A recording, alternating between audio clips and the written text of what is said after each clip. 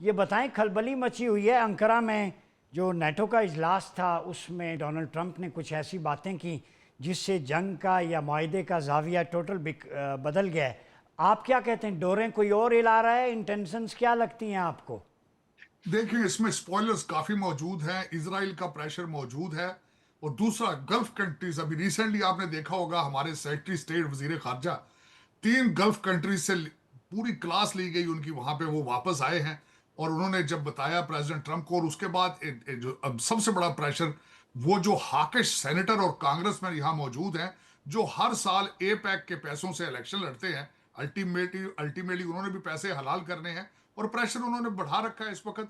बार बार वो जो deal Donald Trump साहब जो वहां पे इस मुआहदे को डिस्कस किया जाता है, मुसलसल प्रेसिडेंट ट्रंप साहब उसकी सफाइयां पेश करते नजर आते हैं। लेकिन आज की सूरत हाल इस जंग की, अब मेरा ख्याल है जो इस वक्त आज के जरीदे कह रहे हैं दुनिया के, अमेरिका के और दुनिया के, कि अब जंग जो है रोकी गई है ताकि जो इसके सालस हैं उनको मौका दिया जाए, जिसमें पाकिस्तान लीड कर रहा है और साथ उनके कतर है, कि इसका डिप्लोमेटिक हल निकालें। आज ब्लूमबर्ग के मुताबिक, उनके मुताबिक ये है कि America is still committed to find a diplomatic solution of it. दोनों न्यूक्लियर का हल चाहते हैं, ये ब्लूमबर्ग कह रहा है। और दूसरी तरफ अगर देखा जाए तो ईरान के हौसले बुलंद हैं, क्योंकि उनके सुप्रीम लीडर की तदफीन पे जितने लोग बाहर निकले, और 100 के करीब लीडर, नुमाइंदगान पूरी दुनिया से है। और दूसरा, उन्हें पता है कि प्रेसिडेंट ट्रंप के इन हाउस अमेरिका के अंदर ये जंग पॉपुलर नहीं है, उनके उनके हौसले भी जो है आसमान को छू रहे हैं।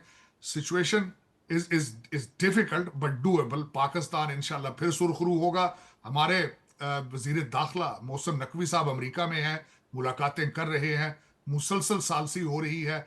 ईरान के लीडर ने हमारे फील्ड मार्शल साहब से रब्ता कर लिया है। मैं ये समझता हूं कि अगला मुज़ाकरात का मरला पाकिस्तान में स्टेज सजेगा। मेरा वतन अजीज फिर सुरखरू होगा। दुनिया के हर चैनल और हर अखबार की शह सुर्खी जो है वो इस्लामाबाद से शुरू हुआ करेगी चंद दिनों के लिए। जी, साजिद साहब ये बताएं कि पाकिस्तान मीडिएटर रहा है, और आपको पता है कि पाकिस्तान ने इसराइल को तस्लीम नहीं किया। Illegal child of the west का आज़म ने कहा था। ये बताएं, इसराइल को कितनी तकलीफ़ है? मुझे लगता है उनके बाज़ मिनिस्टर्स के बयानात भी आते हैं, नाम तो नहीं लेते, लेकिन पाकिस्तान के मीडिएटर बनने में, जंग रुकवाने में, खड़े होने में इसराइल को बहुत ज़्यादा हीट फील हो रही है। क्या कहते हैं?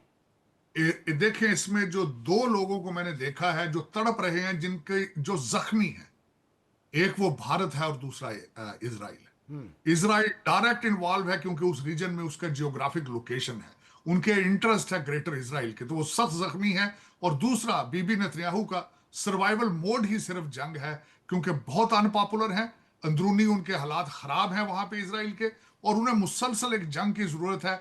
जंग उनके लिए एक ऑक्सीजन की तरह है, और वो मुसलसल मुख्तलिफ किस्म के हरबे इस्तेमाल कर रहे हैं आज भी लबनान में। और आज की खबर है कि गजा के अंदर उन्होंने हमास के एक लीडर को शहीद किया है। तो मैं ये समझता हूं कि सबसे बड़ा स्पॉइलर इस वक्त इसराइल है।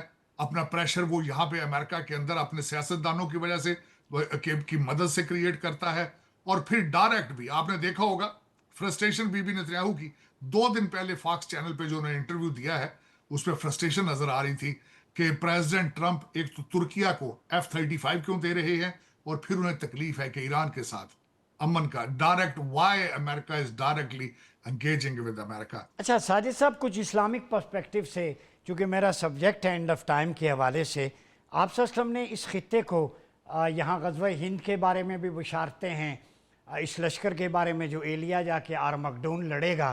तो ये पाकिस्तान जो बुनियान मरसूस के बाद मीडिएशन में भी एक्टिव है, पाक सऊदीया agreement, Turkiye, Qatar, Egypt on board हो रहे हैं, तो आप समझ रहे हैं कि एक इस्लामिक ब्लॉक बनने जा रहा है पाकिस्तान, उसमें जो है वो कलीदी किरदार अदा कर रहा है?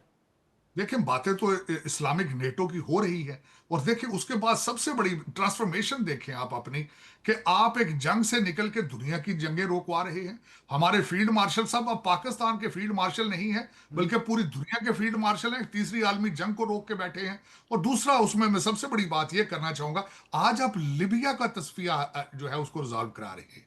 आप इस वक्त आपने this is a new Doha. Islamabad has become a centre of peace. In the future you will see it.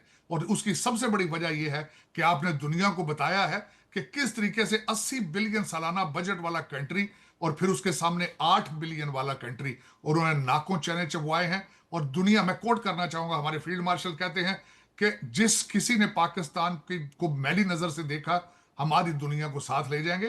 तो दर हकीकत अब वो कहते हैं ना, अब वो दिन गए जब खलील मियां फाख्ता उड़ाया करते थे। Pakistan is a regional power under the strong leadership. अच्छा ये बताएं, पाक सऊदिया एग्रीमेंट के हवाले से हरमैन शरीफैन जाहिर है उसकी हिफाजत हमारा वलीन फरीज़ा है। इस पैक्ट को मिडल ईस्ट में और बिलखुसूस इसराइल कैसे देखता है? देखिए, बहुत बड़ी थ्रेट समझता है। दर हकीकत मैं अर्ज करना चाहूंगा, अमेरिका जब सोच रहा है, उन्होंने अपनी जो नई पॉलिसी गाइडलाइंस दी थी कि वो अपनी प्रेजेंस को गल्फ से भी कम करना चाहते हैं और यूरोप में भी कम करना चाहते हैं।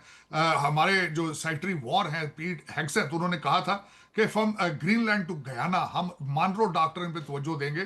तो उसमें इसराइल की ख्वाहिश थी कि उसका रोल बड़ा हो मिडल ईस्ट के अंदर, लेकिन हो पा नहीं रहा। पाकिस्तान का रोल बड़ा हो रहा है।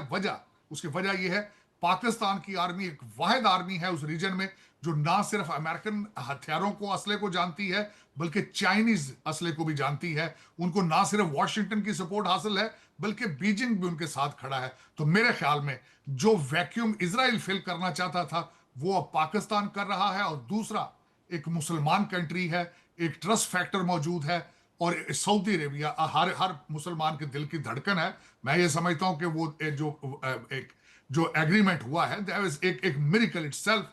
और इसके बाद आपने देखा होगा, बांग्लादेश आज आपके साथ है, ईरान आपके साथ होगा फ्यूचर में, आप देखेंगे चाइना की सपोर्ट हासिल होगी, अमेरिका आपके साथ है। उसकी वजह यह है कि अफगानिस्तान इस वक्त पूरी दुनिया के लिए मसला है, पूरी दुनिया को ब्लैकमेल कर रहा है। और फिर उस रीजन में आप देखेंगे कि गल्फ कंट्रीज की जो सारी की सारी हिफाजत होगी, मेरा वतन अजीज इंशाल्लाह करेगा और तरक्की करेगा।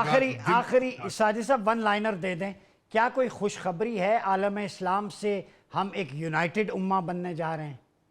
एब्सोल्युटली 10 कंट्रीज, मैं ये समझता हूं ईरान की जंग से सबसे बड़ी एक जो चीज निकली थी और निकली है कि 9-10 कंट्रीज हैं जो इस वक्त जिनको जिनको पाकिस्तान लीड कर रहा है, और ये तादाद बढ़ती जाएगी। आप देखेंगे आने वाले दिनों में कि पाकिस्तान इंशाल्लाह विल राइज एंड शाइन। बहुत शुक्रिया साजिद तारिड़ साहब।